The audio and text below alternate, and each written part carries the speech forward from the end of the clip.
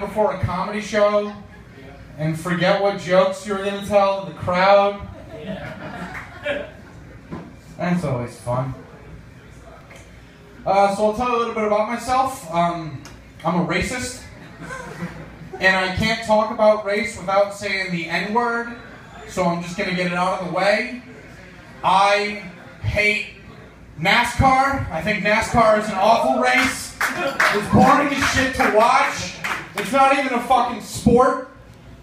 If you can take a piss while you're competing in your jumpsuit, that's not a sport. And if KFC can field a professional team, it isn't a fucking sport. You're just a fat ass in a car whipping around a track so you can drink a bunch of sour milk out of some shitty goblet. I hate that shit. I was never that big into sports, and that was kind of my downfall. I grew up as like a nerdy kid, and that kind of hurt me growing up. A couple of my buddies moved out to Las Vegas, which, if you guys couldn't tell from Miguel Perez's set, is Spanish for the Vegas.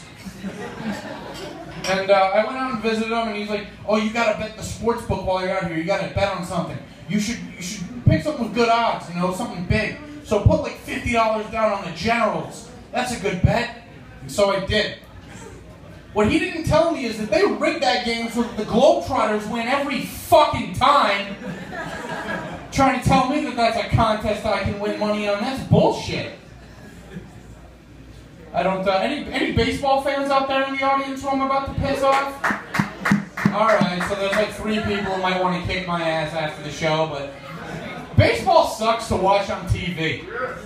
I can't take watching on TV. Going to the ballpark is kind of fun, but my favorite way to take baseball in is to listen to it on the radio, because I always hear like the most obscure statistics that I've ever heard in my entire life.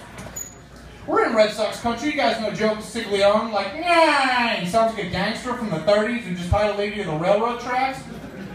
He was on the other day, and I hear the call. He's like, "Oh, this one's called inside for a strike."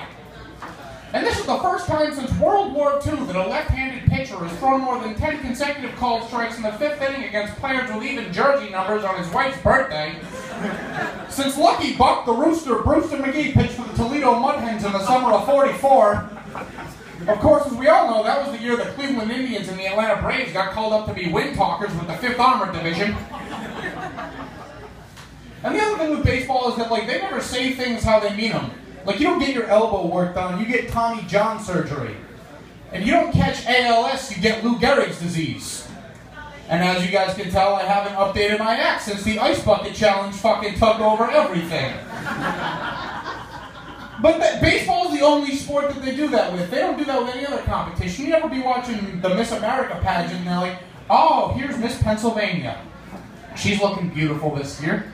I heard since last year she got the Pam Anderson surgery done. They took care of the Al Roker tummy tuck.